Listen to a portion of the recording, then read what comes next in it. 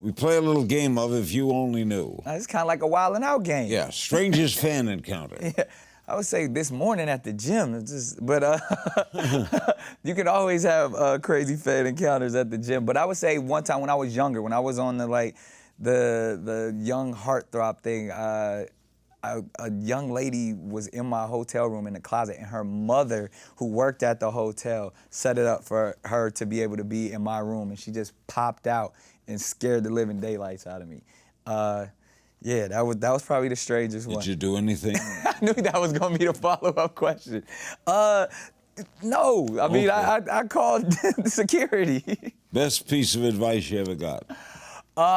Best piece of advice, take no one's advice. Worst piece of advice you ever got? Invest in Bitcoin. Place we'd find you on a day off? The studio, in front of the piano. You play? Yeah. First car you ever drove? Legally? One you didn't steal in San Diego. Yeah, I was about to say. I would probably, my first car, I used to work in a mechanic shop. That's kind of how I would pay my way to get to Los Angeles. And I would do auto detailing, change oil, brakes, those type of things. And it was at a foreign Maserati dealership. And there was a Porsche and a Maserati, like super old and run down. And I fixed the Porsche on my own. And that was probably the first car that I called mine and had the ability to drive. Wow, good story. Yeah. First non-Hollywood job?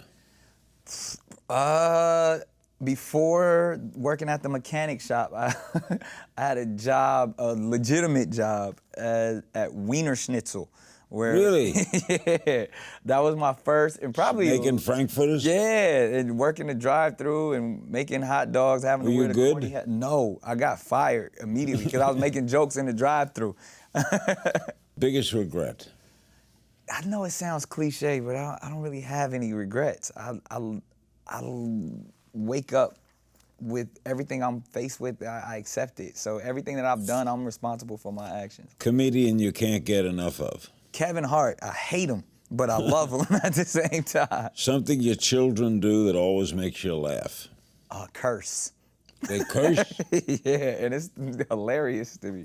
What's the longest period of time you've ever been awake? Ooh. I'll probably say at least 3 days. Really? Yeah, no cocaine involved whatsoever. What? I'm one of those people who don't sleep, and if I'm traveling and moving, I've definitely stayed up for 72 hours before. If you could eat only one food for the rest of your life, what would it be? Ooh, that's a tough one. I'm not a food guy, Larry. You're not? Nah. How about Venus Schnitzel? Yeah, exactly. I'd probably say candy, any type of candy. Like, I'm a candy crackhead. Is there a current politician you'd like to take to lunch? Donald Trump. I'll take Donald Trump to lunch. Take him. Yeah, we have a lot to talk about. Guilty pleasure? Besides women? Nah, women. We just gonna go with women. Biggest splurge? Biggest splurge ever? My diamond shoes. What? For America's Got Talent, when the prize was $1 million, and I think this was one of those things where I wanted to be as big as I could possibly be. I wanted to do something even bigger than the $1 million prize. So I was like, I want some shoes that cost $1 million.